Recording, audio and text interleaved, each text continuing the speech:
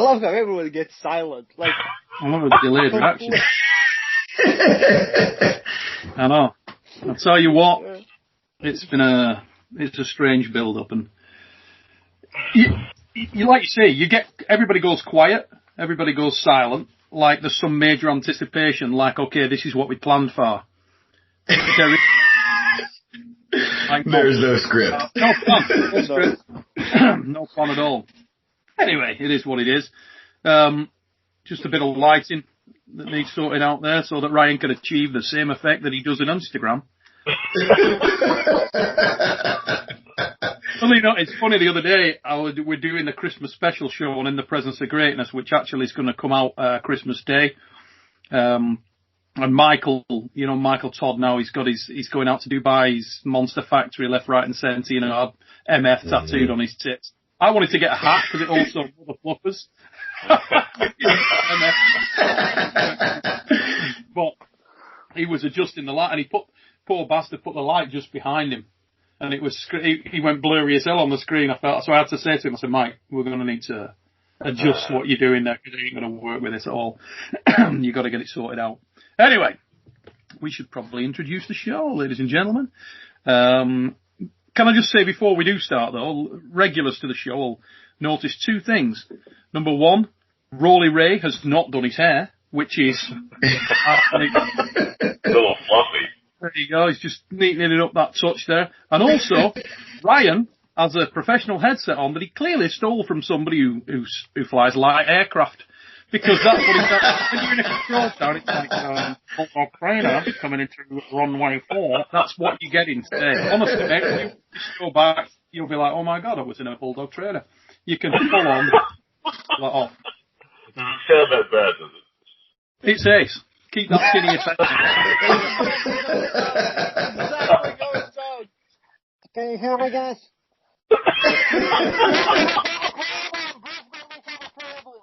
He's literally, just seriously, Ryan, just give us a quick red leader going round, and I'm going to make another drop.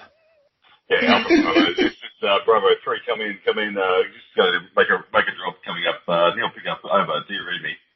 There you go. That's so perfect. That's so perfect. Yep. You know, awesome.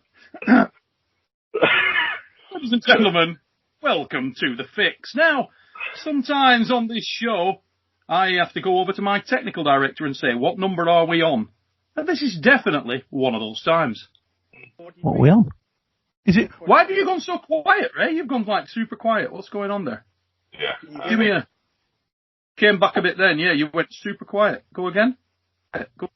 Can you hear me now? Better. More better, there you go. Yeah. So, you didn't... I don't know. 43. You know what? 42, yeah. Doesn't matter, because this is going to air on... Are we going to air this on Christmas Eve or Christmas Day, lads? Christmas Eve? Christmas Eve. Christmas Eve. That sounds good. Christmas Eve, mother fluffers. Even though it isn't... We're going to kill the magic right now, but it's not Christmas Eve. It's actually the 22nd, the late night of the 22nd. If you're Ryan Bowen, middle of the night on the 22nd, Ryan Bowen. Or stupid early, if you're Paul Linn. Mm-hmm. That's how we... Very. The kind of commitment you get from the White Oak. You don't mind. He'll get up at 3 a.m. and do Armwrestling. But also, I'm just going to start the show off. We like to do a little bit of humour, a little bit of comedy at the beginning of The Fix. But I'm going to say, lads, took a little bit of abuse for the long joke that we got from Ben Jeeby. I actually thought it was my favourite joke of all time, but we're going to go with something a little bit shorter. And this is from Dave XXL. And I personally love this because he answered somebody who came on and spoke about the jokes being long, and he said, you know, I was waiting for the joke to finish and so on. Also gave Paul a bollock for leaving his mic live and messing around with ice cubes. Quite funny. But he said, I'm going to PM you a couple of short jokes, Neil. I said, yeah, no problem. So he's PM'd me a couple of short jokes. There's like 5 short jokes. Thanks for those, Dave. My favourite one is the following. What's got 2 thumbs, speaks French, and likes blowjobs? No? Moi.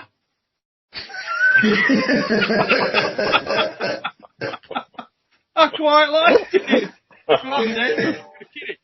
Nice short joke there, hopefully. Not taking up too much time.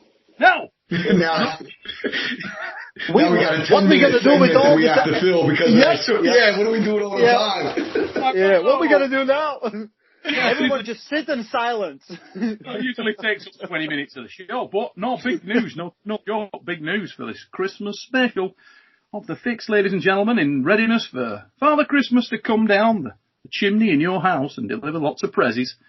We got a little bit of a giveaway going on ourselves. Check this out, boy. We also usually do a little bit about Western Survivor, the official associate sponsor of the Fix. Hey, can I also say and all, joking aside, you know, sometimes you get sponsors on shows and you'll say that it's good even when it's not good. This is I'll make it clear, this is actually the Wizard's tits. I mean, have you all had that? Have you tried the bacon bits? Yeah. I haven't cracked that one yet. Yeah. Not yet. I'm already out. I'm already out. You've done them, have you, Ray? Yeah, I'm already out. Like, I cook meat every day and I just add it to my beef. And it tastes much better. Good gear. For those two of you that haven't tried those yet, I'll tell you what, never look back. Absolutely ridiculous. But check this out, right? We've told you before here on the show that westernsurvivor.ca, so that's www.westernsurvivor.ca. Get over there and check this out. Our sponsor, we told you that Adam Vandal is an arm wrestler. It's an arm wrestling company, gives back to the sport. Well, here's a way to start, okay? These guys are going to give away arm wrestling tables. All right, so we're going to raffle off an arm wrestling table. You go on to www.westernsurvivor.ca, get on there, look for the arm wrestling table giveaway. We'll try and get a link down below in the description for you guys. I think it's $2.50. $2. And that's Canadian dollars, so it's like 10p. Yeah, nothing. You could actually, let's be honest here, if you're in Slovakia, it's probably a lot. If you're in Slovakia, you probably buy a small house for that. But outside of Slovakia, not a problem. Get over there, Canadian dollars, around $2.50. They're going to give away, draw an arm wrestling table. It's an arm bet app arm wrestling table. Picture of the table on there. And they will give that away for any entries. Send that over to your home, wherever you live in the world. How's that? Yep, I think it's $2 American. And if you guys don't know, the arm bet tables are all made by Arm Assassin Strength Shop, top quality. I got to see a couple of them last time I was with Lucas. He's just been cranking them out too. And if you think about it, like getting the table itself is worth about $450. And the shipping is probably worth about $400. So for a $2 investment, if you're lucky enough to win it, that's a big turnaround. So $2 US. Yeah. You can get yourself an arm wrestling table by just going to our sponsors, entering the competition. Do us a favour though, guys, while you're over there, buy some bacon bits, I'll tell you what, buy some of that Chipotle beef jerky, because that's immoral. Adam? I'm overdue for some good luck. I had a mate the other day. I went out to dinner, and the mate the other day said, "You can't win the meat tray." And I said, "You watching someone to win the meat tray?" I told him I only bought one ticket. I bought 100 tickets for the meat tray. I'm like, I'm winning this damn meat tray. I didn't win it. I couldn't believe it. I had like literally half the tickets in the whole damn book, and I didn't win. Couldn't believe it. And when you made the draw, Ryan, did you actually have to land the fucking plane? Or not? Yeah, I think I did. Come in, land the plane, all that stuff. Now, joking aside, guys, get yourself over Western Survivor, www.westernsurvivor.ca, enter that, get yourself an arm wrestling table. Arm bets is warming up big time. I mean, it is really warming up. I'm getting so many messages from people who, when you are out and about and you put your arm bet app on, I'll get people messaging me while you're around. They'll say, you're only like 30 miles from me. I just wanted to mess around with it and see how it worked. I was just mucking about while my sons were out riding the bikes in the woods. And I was literally just mucking about with it and messages coming in. Tremendous, that. Devon Larratt, hats off, dude. Yeah. Also, big thoughts out to Devon, still struggling. Not doing well as the lad. So, yeah, want to just wish Devon all the very best in your recovery, mate. I know you're dropping weight and so on. So, yeah, from myself and all the lads on the fix, really hope you get yourself back on the path quickly. Now, let's crack on with some arm wrestling, because we've got quite a lot of stuff to go through here, and some of these are quite interesting. In the last show, we spoke about speed, and we spoke about the fact that some of the guys that we were, or that had been overlooked by some of the big leagues for super arm wrestling, were fast. A good amount of questions came as a result of this, guys, okay? And one of the most interesting ones, and one of the ones I wanted to sort of take on and clear up, and when I say we, I mean Ray, that it says here, guys, that means all of us, so Ray, do you think that to be a fast arm wrestler, you have to be better or worse technically? Or, alternatively, if you are a slow arm wrestler, do you have to be better, or does it mean you are worse as a technical arm wrestler? And it may, I mean, honestly, from my perspective, just to sort of kick the ball off for Ray, you can't generalise, in my opinion, at all. There are exceptional fast arm wrestlers, and there are exceptional slow arm wrestlers. But for me, it's kind of you work with what you're given, because you can't really teach fast twitch fibre. Yeah. I mean, I know there are things that you can do that will improve your speed, but some people are born faster than others. They just are. And I've seen so many, I don't want to say, I'm going to pick my words carefully. I've seen so many arm wrestlers who are not necessarily gifted with Lachlan Adair's speed. And they've come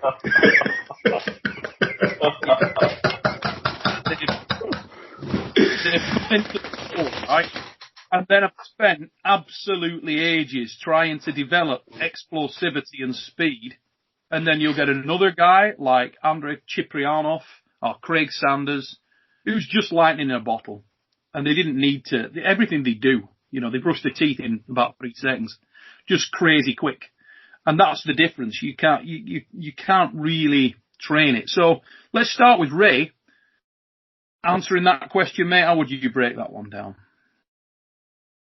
Yeah, it's always a question. Like, first of all, I think everyone who does it well has good coordination, whatever it is. If it's a great looking technique or the worst looking technique, if you can pin someone fast, you have really good coordination. Your body exactly knows what you're gonna do when you hear that ready go. That's the big part. The speed, yeah. First of all, speed is really, like, some will argue that you can't train for speed. I will argue that you can train for ready go. You train for ready go. That means your body can be ready to react on when you hear that go. And you can train for power. When you take someone's arm and you crush them right from the start, it looks like you're super fast. But when you meet the guy who's naturally gifted at speed, they will see the flaws of you being fast. But you still might be able to crush the guy. With you saying that you train for ready go, I mean, I personally speaking, I had a sort of sequence that you would do for different style of arm wrestling. If I was going to set up to hook a guy, I had a sequence. Positioning, starting at my feet and work a way up. If I'm going to top roll, I had a different sequence, but a sequence that I would go through sort of like in a preparation phases of what I would load, what I would position. Is that what you're referring to? So that you would break down the different elements of... So for me, the great example for me, like if you look back at my matches when I just started, 2009, 10, something like that, I was catching everyone and then pulling back. Now I'm much more stronger, and plus I know what I'm gonna do, and I have the sequence like burnt in me. It's right there. So when I go for my press, I know exactly what to do. I don't have to even think about it, but I still will set up and I will think about details and things like that. So better you know your technique, of course, the better you're going to be, better your start going to look, and you're going to achieve better result. Like the match that Ryan just had, he was just blasting in with his side pressure, hand, pronator, booms, and finishing up. Like, you made a post about it, and it's exactly how it works. Like, if you would chosen to attack a different way, maybe you would have been a lot more slower. That's the difference.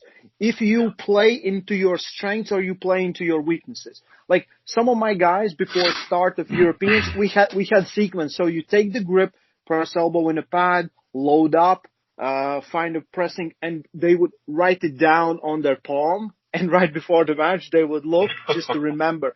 Because sometimes, something will distract you and you will get out of that groove. And guys who are the best at putting everything into place on how their sequence gonna work, I think they look fast and they are not necessarily fast. And if you have the gift of speed that some guys have, that's amazing. But sometimes gift of speed will mask many things in your game. As soon as someone exposes them, that's a big problem. So I was just listening to podcast about boxing, and they was talking about this, like Roy Jones Jr., how fast he was, and as soon as he started getting slower, you see he didn't have super great fundamentals, and his game started breaking down. Same goes for arm wrestling. Same goes for every other combat sport, in my opinion. So fix the fundamentals, work on your strengths. Lean into your strengths, not your weaknesses. Can the same be said of power? In terms of if you've got just a crazy amount of power, it can mask some of. I mean, we've spoken many times about it always does. And if you've got a dominant super heavyweight who's so powerful, just got to that level, and there's a few of these guys who've got to that level of top end strength that they're so far in front of everybody they arm wrestle. They don't necessarily need to be a good arm wrestler, Yeah, they're just stronger. Yeah. Yeah. Like if you get 30% right, boom, you're gone. Mm-hmm. I did a video on John Berzank, and I was like, I explored his whole career making these videos, and I looked like John in his 30s was a killer on start. So fast, so fluid, everything. He got older. And the speed is one thing that drops. It drops. You can always get stronger and more technical. And that's exactly how he did. His curve of speed went like this. His curve of strength went like this. And created other things in his game. That's why he's the GOAT. I believe that's one of the parts when you understand that. And if you, again, looking back at those matches later in his career, he was catching. Almost everyone, if he felt they were strong, he was catching, pulling them in his strengths, and then pinning him. And if you look back, he was just smashing guys, So strength is another thing that can mask a lot of things. So great arm wrestlers will have everything in their game, and they're thinking about their game constantly. Like if they're used to working with weights and they see the weight, you cannot lift the weights anymore like you did. Okay, where can I gain that 10% that I might lose here? So I think that's a big part of every athlete. Michael Jordan, he understood that he couldn't train in his late 30s like he did in his 20s. So he changed his training structure. Yep. Yeah, exactly. That makes the goats in any sport. It's like the old statement, isn't it? Timing beats speed and precision beats power. Well, the funny thing is, that works across all combat sports, but it's never truer words were spoken for arm wrestling. But what I would say is, you can make the argument either way for speed versus power. Precision versus, all of those, you can make the argument. A number of these other questions which we got, and they all were sort of going in the same direction. That's why I'm not sort of naming people on these. I got like 10 or 11 questions, which were pretty much saying the same thing. Another one was saying, if you're slow in arm wrestling, do you have to therefore be stronger? Well, Neil, I wanted to add in. Yeah. I wanted to add in. Ray made reference to the super match I had the other day. You guys know that for me, predominantly, I'm a defensive style arm wrestler, counter-attacking style arm wrestler. I don't often just go for the kill. But prior to this super match, I'd spent 5 weeks working on my reaction times and being hyper-aggressive off the go. And I felt really good going to that super match. I felt really in tune with it. So I didn't increase my fast twitch fibers in that time, but I sharpened up my reactions and I increased my coordination. And so I was confident in my hand that it was going to remain secure when I put my maximum effort in on side pressure. And, subsequently the match was a whitewash. It was very, very one-sided.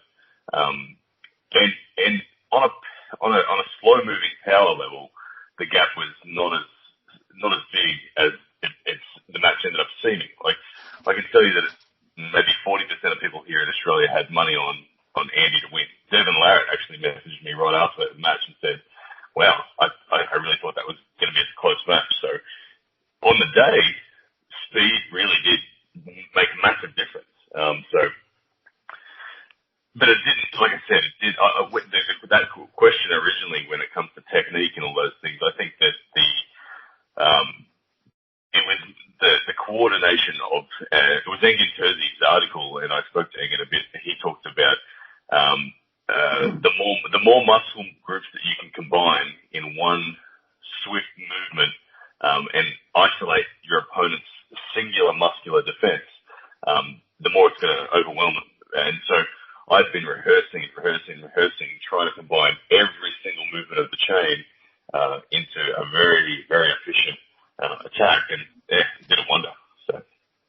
Some of the way that I used to compare and the way that I like to describe arm wrestling personally in terms of routes to victory, very much make a comparison with snakes.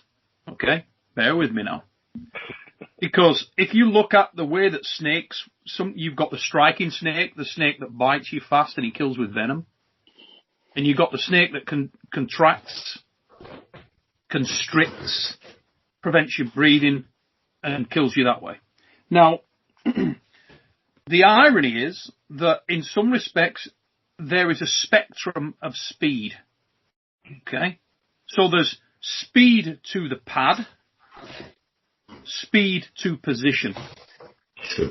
Very different things. Some arm wrestlers will hit speed to the pad. You've almost got to be slightly more accurate in some ways, whilst you would think that you didn't. Speed to position is an incredible equalizer in a match.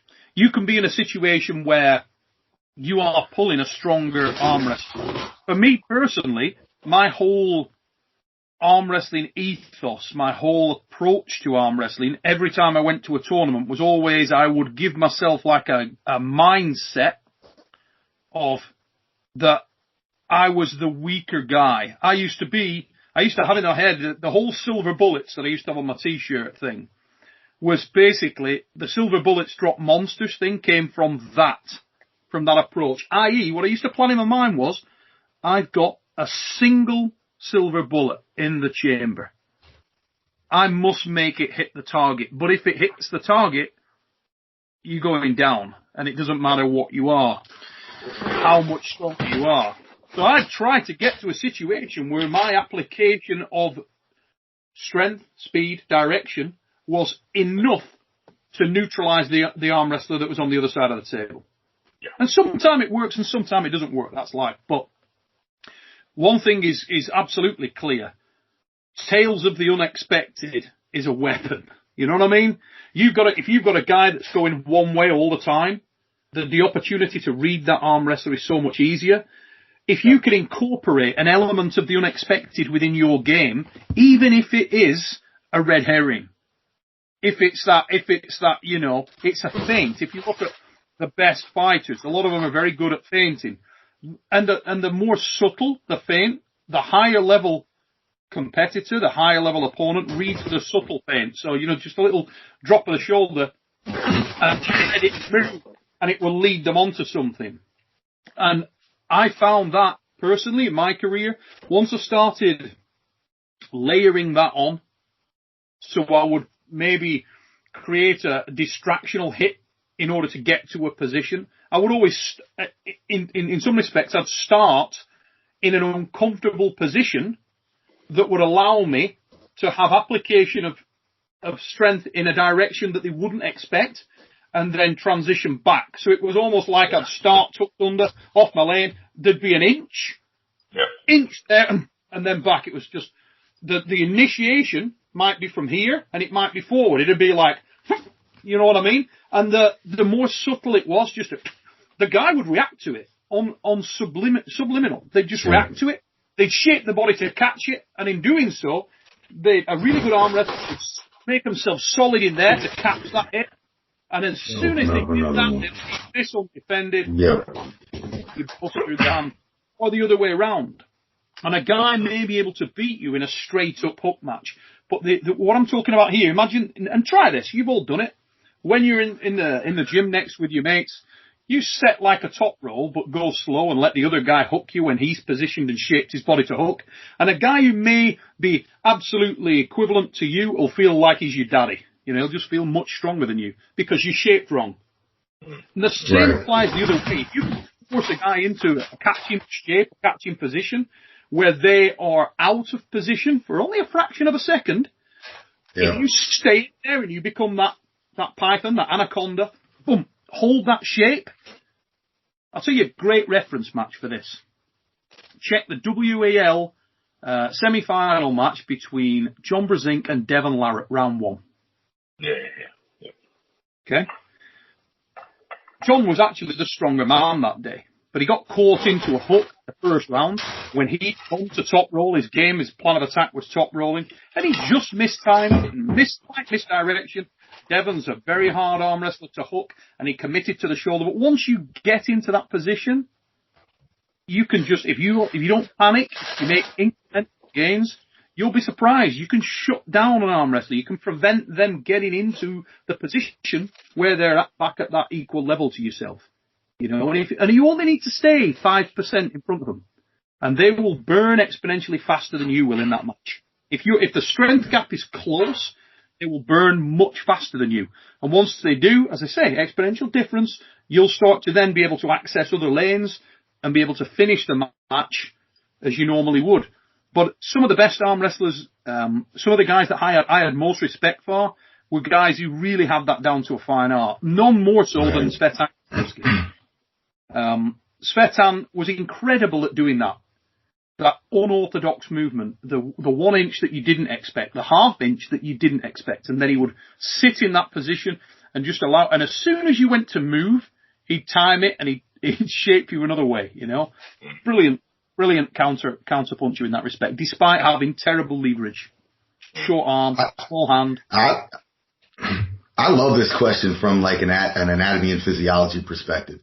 Like when you look at like genetic makeup, you got fast and slow twitch fibers, and your body is made of a percentage of either. And that's largely coming from your heredity, your parents.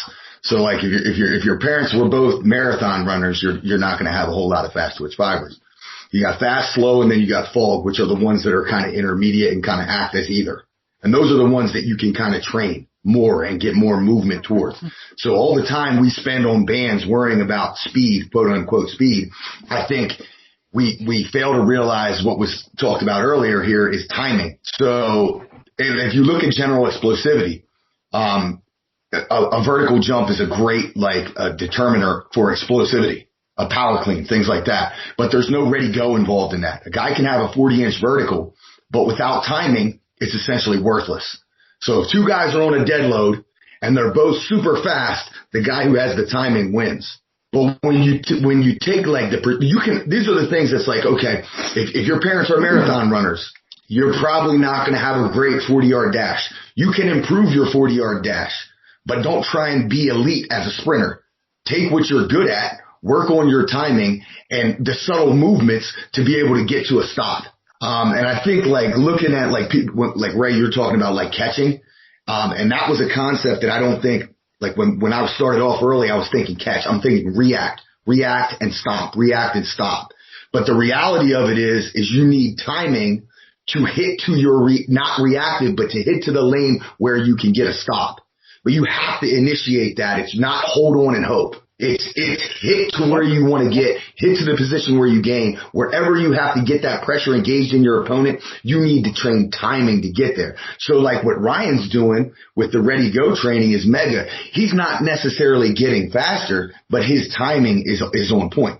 But I think like the original question was geared more to like, okay, if a guy's fast, does that mean that he is less technical or vice versa? I think the phases of technicality can be during the match or prior to the match. Like Ryan, Ray, you guys all talked about like getting set up. What is your process?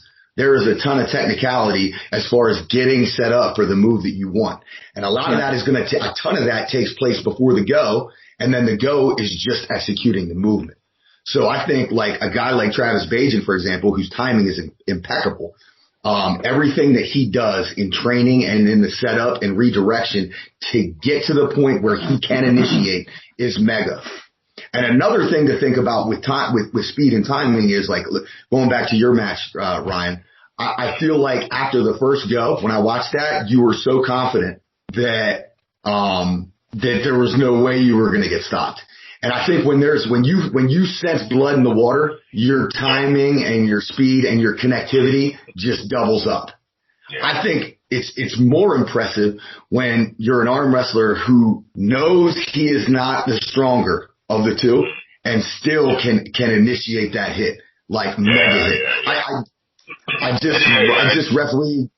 just refereed a match with Frank Hurst. If you guys don't know him, I know Neil does. He's a WAL guy up north and everything. And I mean, the guy's got wins on Devon.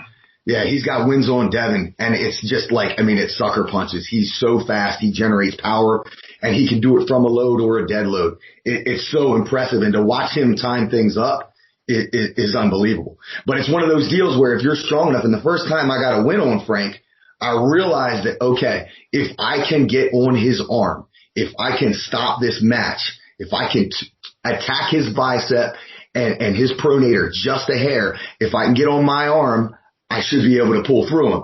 Mm-hmm. But my timing and load had to be on point enough to get supination to get the stop. So luckily I was on point with it enough to get the stop. And at that point I was able to gain access to power. So there's a lot to it, but I love it from an anatomy perspective.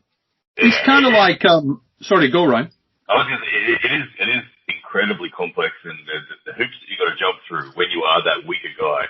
And it is one of the most beautiful things about the sport that you can be the weaker guy and still get through the gate. And like Lachlan, I'm training with Lachlan. You guys know Lachlan is just stronger than me, but I still get, I don't know, 1/3 of the ready goes I'm getting through. And the ones that I get through, sometimes I'll 3/4 get through, and I'll be like, I missed the very last link of the chain, and then I'll close my eyes and I'll go into it, and I'll visualize that, and then you hit the chain, and you get all the way. It's amazing, but it changes for every single person. Like I did a ready go session today with Lachlan and Mario Tembakis, and what worked on Lachlan, Mario then stepped up.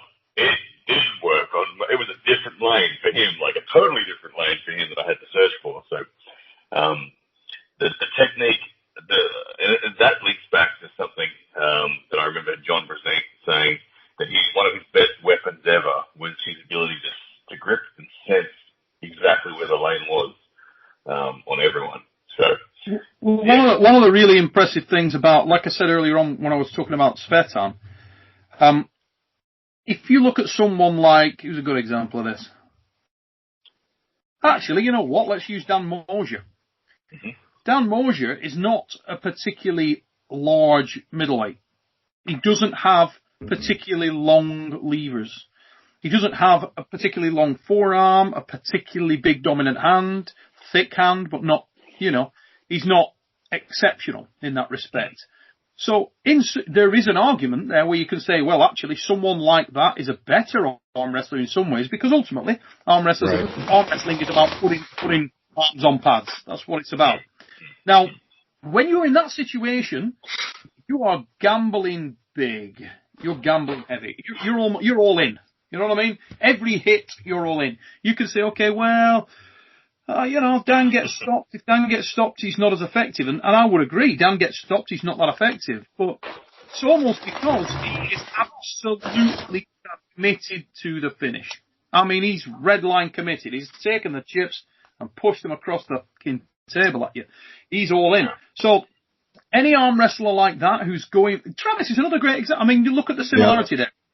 When Travis got stopped, often he would lose. But he didn't get stopped that much. You know what I mean? Right. Dude could finish matches. He put you to sleep. And that's the thing. Look at Giannis Amelins. A young Giannis... You didn't see young Giannis get stopped a great deal. Giannis had the ability to arm wrestle. If you were ever over on a practice table with Giannis, you would get the feel real quick that the dude could arm wrestle in a lot of positions, but you didn't necessarily see that from him in competition. He looked like the man who served the ace and probably didn't have that much else. Same with Craig Sanders. Same with a lot of these guys that are the ultra-fast finisher. It's not that they can't do it. It's that they are all in. Don't need it. They bet big. They're going to finish the match. They're going to put it away. They're going to get everything done and dusted off the table. Quick sticks. And that's your major problem there. I think there is an argument that you can make around that guy that can be so precise and commit 100% to the finish that it's like run the gauntlet. You know, you're leaving yourself, by doing that, you're leaving yourself open to small nuances. And I'll tell you something that gets overlooked a great deal. Is the importance of the first inch in an arm wrestling match. Oh. I used to train things like the movement of your thumb, this direction, in combination with supination, pronation at the same time. If you just, tiny little nuance like that could take guys... Honestly, you just derail them. Completely derail them. And once you've done that, the combination of, and I used to work it this way. People underrate that. If you can take a guy's stomach as you're going over, like, and it can just derail a dude. Because he's not expecting that. They're expecting this and this. They're not expecting that turn. And if you can time that perfectly, oh my God, you can do damage to people. Their game just collapses like a pack of cards. It really does. Yeah, that's a great point, Neil. And I think, we're digging deep into it and everything, but like rotation being such an important plane in arm wrestling, I think a lot of times when people think supination, they think through the heel. When they think pronation, they think through the top of the hand. But there's 2 points on rotation. The top and the bottom of the hand are used in both perspectives. And so often do we not think about if I want to supinate that I can actually pull my thumb this way. And then if I want to pronate, I can... Additional planes as well, mate, because people also forget that, like I was saying earlier, that little bit of this, the unorthodox, and also the step. Right. People always talk about this motion. That really, if you start with your leg over tucked underneath you, and then just on the start, that way, or this way, don't forget you've got 7x7 to move in. Or, 9x7 if we're WL, but you've got an opportunity to move. Use it. Yeah. Use it. Well, I mean, like the reference towards Travis is a good point. Like, to kind of circle back on, like, you say when Travis and Dan, for what, when they get stopped, they often lose the match. But like in Travis's case, how often does he get stopped and choose not to fight so that he can go back to the setup and adjust for that silver bullet again? How many times do we see him, I'm going to relinquish that match, go back to the setup and win quick? So that's the level of technicality. Yeah. Whereas, like, you don't want to get stuck thinking that all technical arm wrestling happens after the go and movement with the elbow and adjustments. I mean, great. That stuff's awesome. Like, John is unbelievable, the fluidity. And like when you talk about like, Svetlana Kacheski being able to kind of feint one way and go another, that's huge technical arm wrestling. But there is so much that happens on the setup prior that is equally as important as being able to move after the go.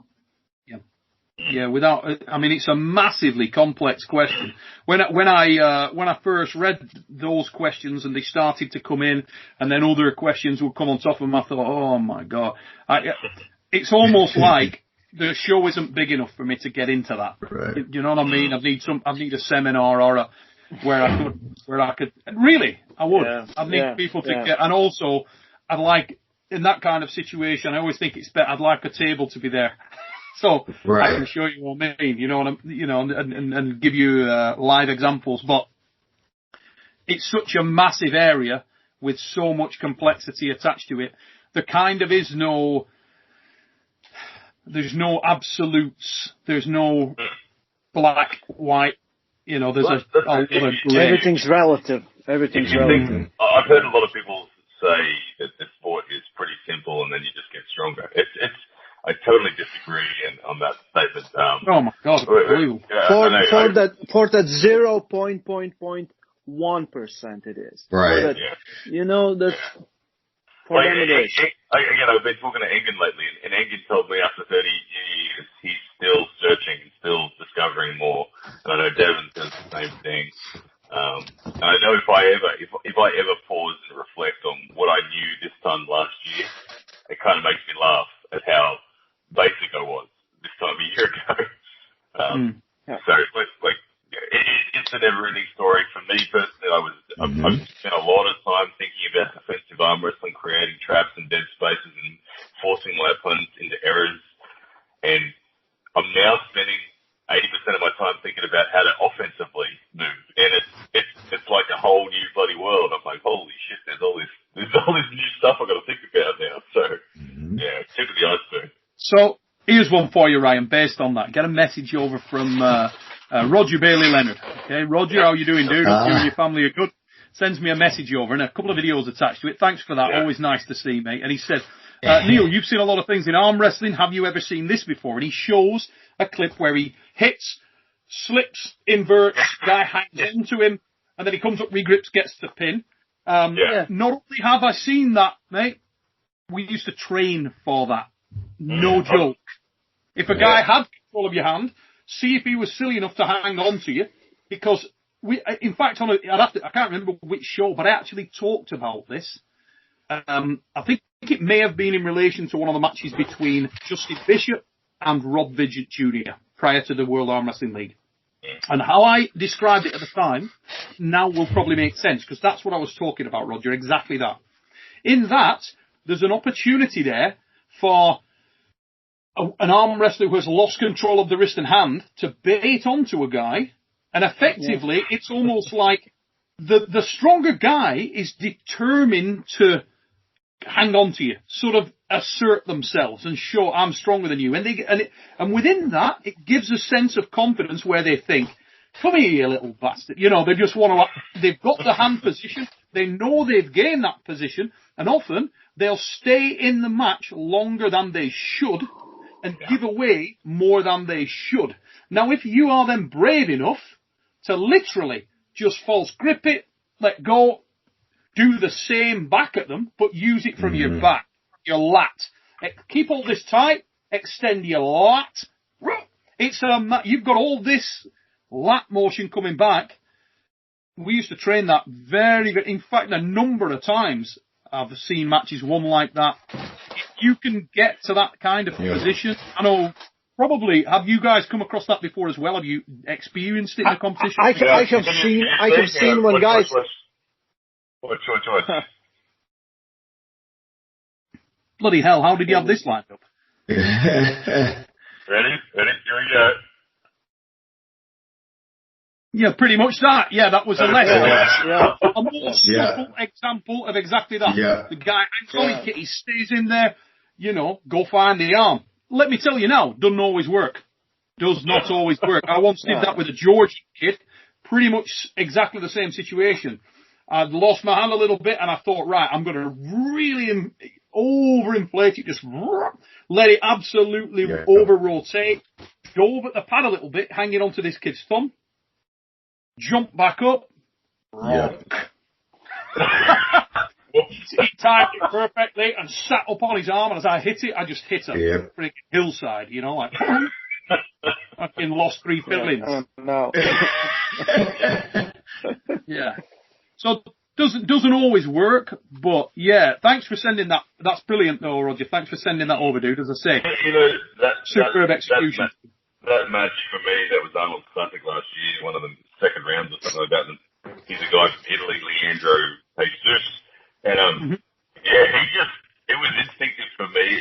I went to top roll, and my wrist just went nowhere, and it just, I didn't think, I didn't plan, it just happened. I just went back, and as soon as I went back, it was all good, and we had this little cheeky giggle after the match, like, what the hell, you totally had me then, but yeah, so, I don't know, yeah, like I said, interesting that I didn't plan for it, it just happened. It's right. Always like the guys are fighting for top roll, so they're both going outside. So nothing on the inside is defended. So it's very easy. Yeah. One of the first videos, I think Devon was speaking something like this back like 8 years ago, something like that. And I'm like, yeah, it is like that. And I have seen when guys, go like this and then they regrip without any thumbs. So basically wrist to wrist. And we're like, how did this happen? Yeah. So, like, you see weird stuff all the time. Well,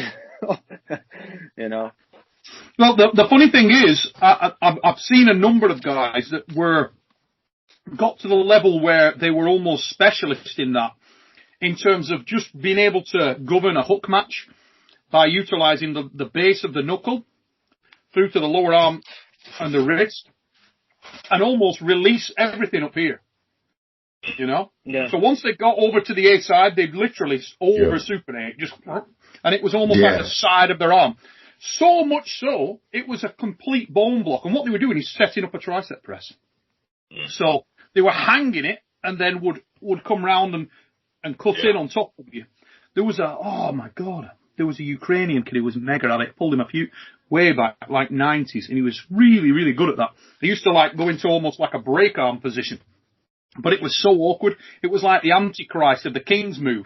You get all the way pronated in the King's. It was the other way. Yeah. It was supinated. Crazy supinated, but open. It was like he was trying to break his arm, but he felt crazy strong there.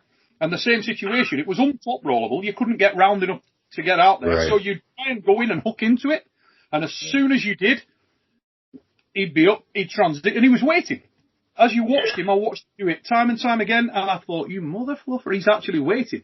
He's hanging, and he's no intention of trying to finish. He's holding, and then as soon as you make that move, he's up. And a very cutting, great move. But, so many people are so worried about seeing their palm. Like you learn, like, the arm wrestler who sees his palm is at a disadvantage. But in actuality, that is an area that you can strengthen. Like anything else, you can get yourself to be comfortable, right?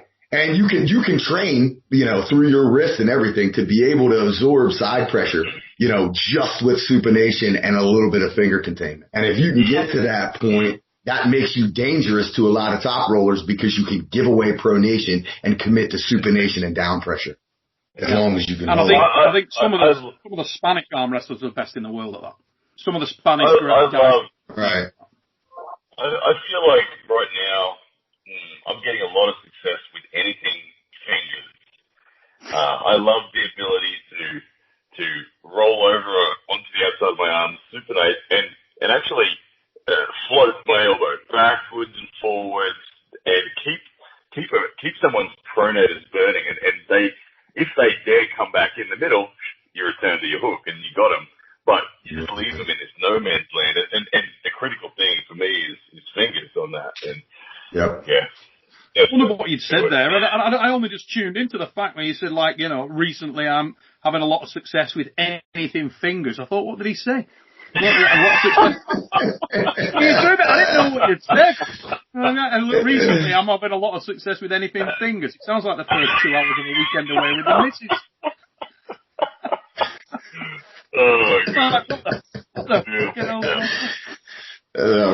Ryan's new training techniques. Oh, mate. a draw. Are we going to do another episode? Unless you pay for training.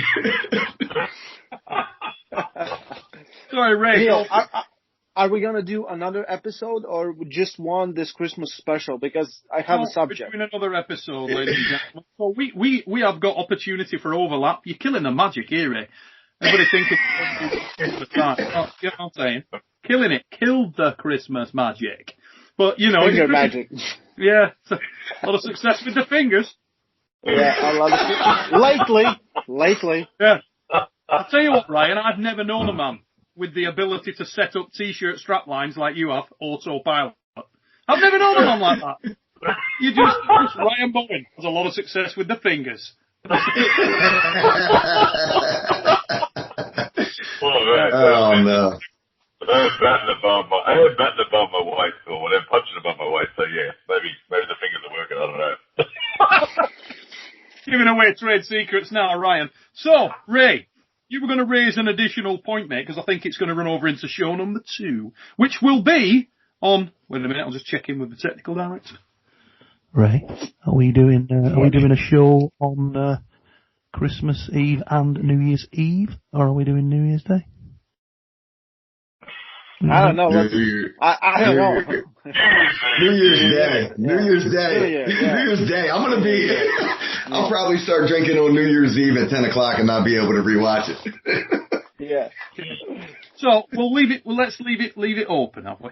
So we'll give the opportunity. The second show may come out on New Year's Eve or on New Year's Day, depending on the number of factors. I don't know how drunk Neil gets. Forgets to upload it. It'll be around roughly then, sometime then. 2021. Quarter number 1. Yeah. So what are we going to talk about, Ray? Next one, because I've got. It's a secret. You have to tune in. You have to watch it. It's the biggest question the Fix has ever gotten. Oh, this is marketing genius. Biggest surprise. Yeah, it's something that's been bugging me for last week, so I want to talk about it. Oh my God, that sounds pretty intense. So on the New Year's Eve / New Year's Day episode, ladies and gentlemen, we will be talking about something that's been bugging the Forest ROLLIE for right. Just on that. This happened, and I'll send it over, right? Got a message from a young lady, and it said, this is no joke. Where can you buy the picture of Ray?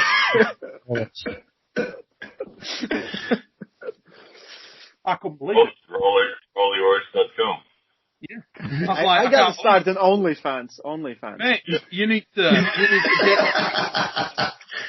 get yourself a t-shirt. Passive income.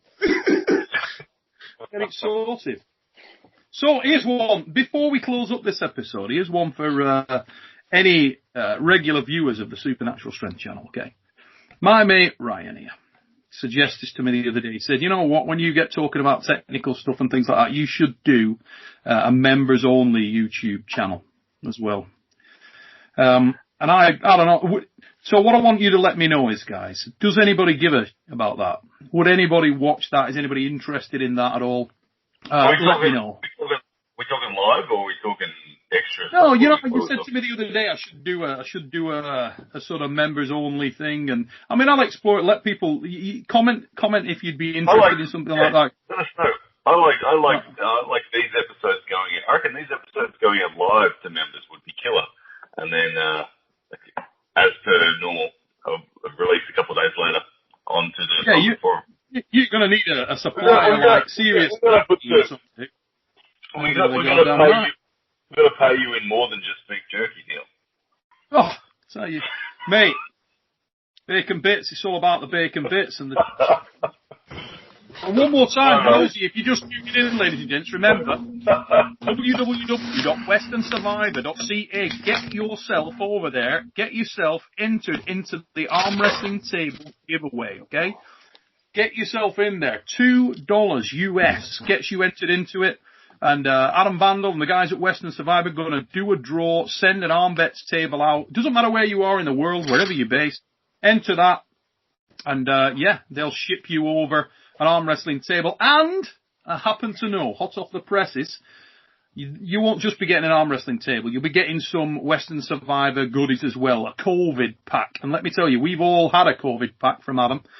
That's a lot of beef jerky right there. Mm-hmm. That is a lot of jerky. Yeah. So get yourself in there. You too can be in the forest. Looking good. Like ROLLIE was. Ladies and gentlemen, we are at 55 minutes into this show. Pretty long one again. Just on behalf of myself and all the lads here on the fix, I want to wish you all a really Merry Christmas, guys. Obviously, 2020 has been an absolute shit show. Not many things have gone well for the world of arm wrestling.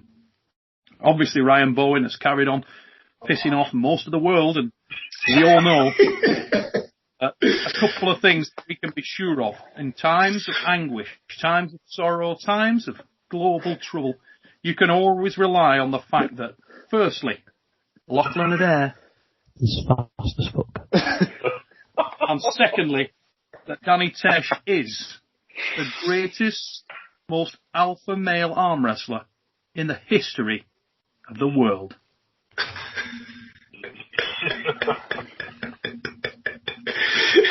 I want to say a massive thank you to Ray, Rolly Royce, the boys. Ray, where can these guys go and find out more, see more of your stuff? Just give it down to the mic, mate. Tell them where to go. So go to onlyfans.com/Forest Monkey. You can find me there. Go to Voice Microphone. Yeah, new videos dropping soon. So some cool history channel arm wrestling. Yeah, we don't talk about aliens. Nobody puts out content more than that dude. Let me tell you, it is an archive of how-to in arm wrestling. So get over to The Voice and check it out. Lethal Arms Apparel, Lethal Arm Assassin, top of the show there. Look at that for an arm. Do that again there, Paul. Check that. Yeah, Look at that. That's looking solid as balls, isn't it? That is not even right. Like, oh shit. I've got to think about my next pose. Got an arm on you there, son. So, where can they go and check out your stuff, Paul? Tell these guys where they come. Lethal Arm Assassin Network on YouTube. I'm starting to ramp up a little bit of content, trying to get out of my COVID funk and get back a little bit of my mojo. Got some matches coming out from our this past weekend. We did a little local challenge match event to just kind of shake off some of the rust. So we'll have some matches and highlights coming out of that and a couple product reviews. So check us out there, and then shoplethalarms.com for shirts. Yes. And last but by no means least, it's the Ginger Ninja, the man down under, Ryan Blue Bowen, the mother fluffing house. Tell them where they can go to, Ryan. YouTube, Ryan Blue Bowen, poundforpoundarmwrestling.com. If you want to see the 8 strongest men in Brisbane, Yes. Yes. Right. Whenever Ryan says something, he needs to say over. Yes. That's it. Yeah, I'm going to find a new headset for the next episode. Though, for anybody who didn't hear that, guys, if you were wondering, the pinnacle of man, it's Brisbane. That's what it's all about. Brisbane. That's a t-shirt. That's another shirt, yeah. 8 guys in Brisbane are stronger than any of you. Ain't many. The 8 strongest men in the world live in Brisbane. Iron Dick. Ladies and gentlemen, we love it. Right, the king. And also remember, once you've been over there, checked out Ryan Blue Bowen, check out all his stuff there, an enormous amount of content there. Also, flying lessons. If you want to be able to fly a light aircraft, get in touch with Ryan. And he will sort it out for you as well, ladies and gentlemen. He's also going to be dealing in NatFit very soon over there. It's all happening. It's all happening in Australia. That's because Brisbane is the centre of strength excellence. This is your first time, ladies and gents, here on Supernatural's Friends channel. Please like, share, subscribe. Let everybody know about it. Merry Christmas, motherfuckers. And we'll see you next time. Take it easy, peeps.